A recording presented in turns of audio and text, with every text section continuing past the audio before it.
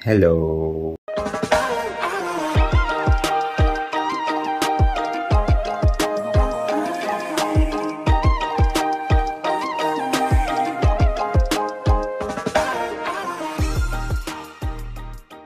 So ngayon, tutur lang namin kayo ng konti dito sa hotel namin sa Chiang Mai.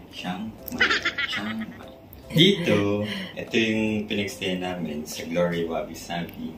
So, as the name implies, Wabi Sabi. So, kaya namin pinili talaga yung hotel kasi nga, expected din namin na parang yung magiging interior niya is yung mga trip namin itsura. So, dito makikita niyo yung concrete finish na walls, yung bare concrete finish na walls carried out papunta dun sa floor. So, the same lang, except yung floor is polished concrete. Then, ito, meron silang platform, concrete platform para sa bed, all throughout dito sa sitting area nila.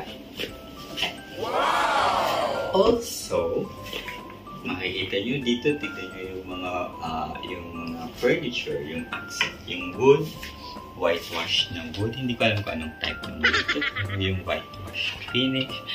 Tapos yung mga ganitong bars, mga trip namin na 3 bars na legs, yung hollow wood and metal. So, nandito, wala silang closet, but meron ditong hanging area para sa mga clothes na merong customized na bamboo canvas. Tapos meron ditong poles and whitewash finish. Tapos may leather straps na nakahang lang to do sa ceiling.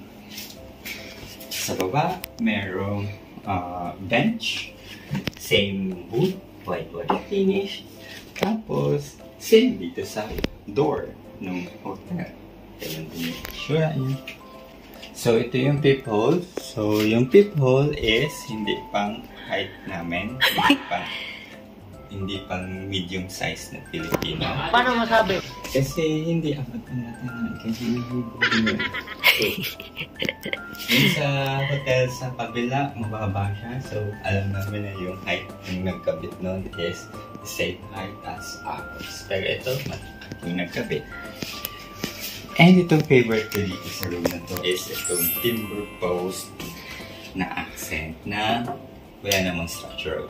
Feeling ko wala namang structural support, pero ang ganda lang yung pagka-accent. Same thing, whitewash finish. Tapos meron ditong peg for hanging of siguro bags or coat, jackets. And dito sa bed, this is a queen size bed. Queen? King. Oh, king? Yeah, king. Doesn't look like a king. Marvin, mas malaki yan kaysa bed natin. Hindi siya mukhang king. King siya. King daw, sabi ni Sam. King. King size bed na nasa concrete platform. So, gusto ko rin tong bed kasi hindi siya masyadong, hindi siya masyadong soft. Yeah. And hindi rin siya masyadong firm. Also, ang lambot na mga una. But, tinanong namin, kahit gusto naman yung mga details dito, mukhang hindi mo siya pwedeng bilhin because tinanong namin kung pwede yung bilhin tsinelas kasi ito yung pang favorite kong tsinelas. Hindi daw pwedeng bilhin dahil wala silang mga spare gamit dito. So, no. And then, dito sa taas, mayroon lang na accent na macrame.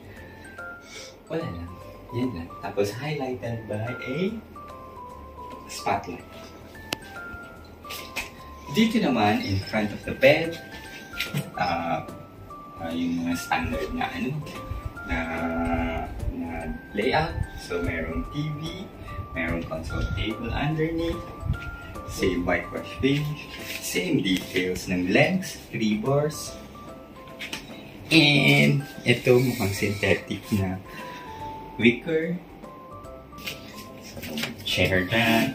And then, even yung mga details na ito yung mga trip talaga na. So, meron ditong wicker basket for toilet rolls. Tapos, itong mga team kahoy. Siyempre, nakatuwa ang mga team kahoy. Ma-enjoy.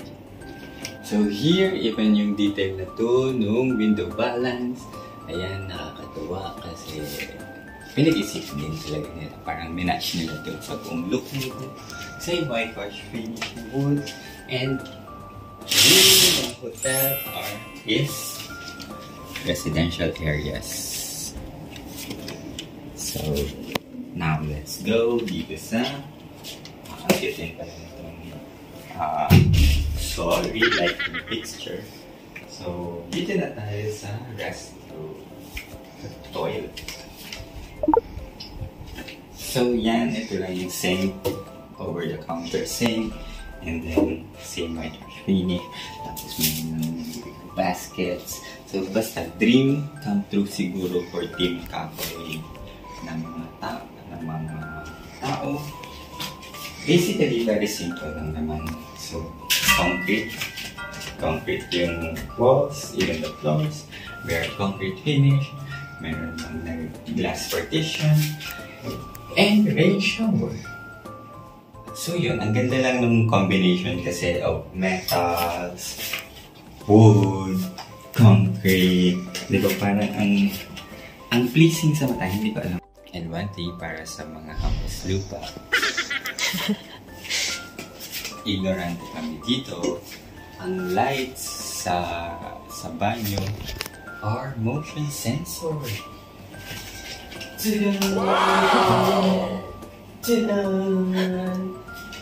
Though, pag nagpuupo ka dito at night, bigla na lang siyang mamamatay. So, kailangan itaas ang kamay mo ganun. Just to know na... May tao pa. And... Yung window pala. Yeah, ito yung gusto ko eh. Gusto ko talaga may bintana sa... banyo. Sa shower area. Para hindi masyadong claustrophobic. Ayan. Though, ang katapat mo here is yung isang toilet. And of course, pag may ilaw ka dito, tapos maliwanag sa labas, or I mean, madilim sa labas, makikita ka nila. So you have to close the blinds. Pero ganito yung mga pwede. May shower. May window sa shower area.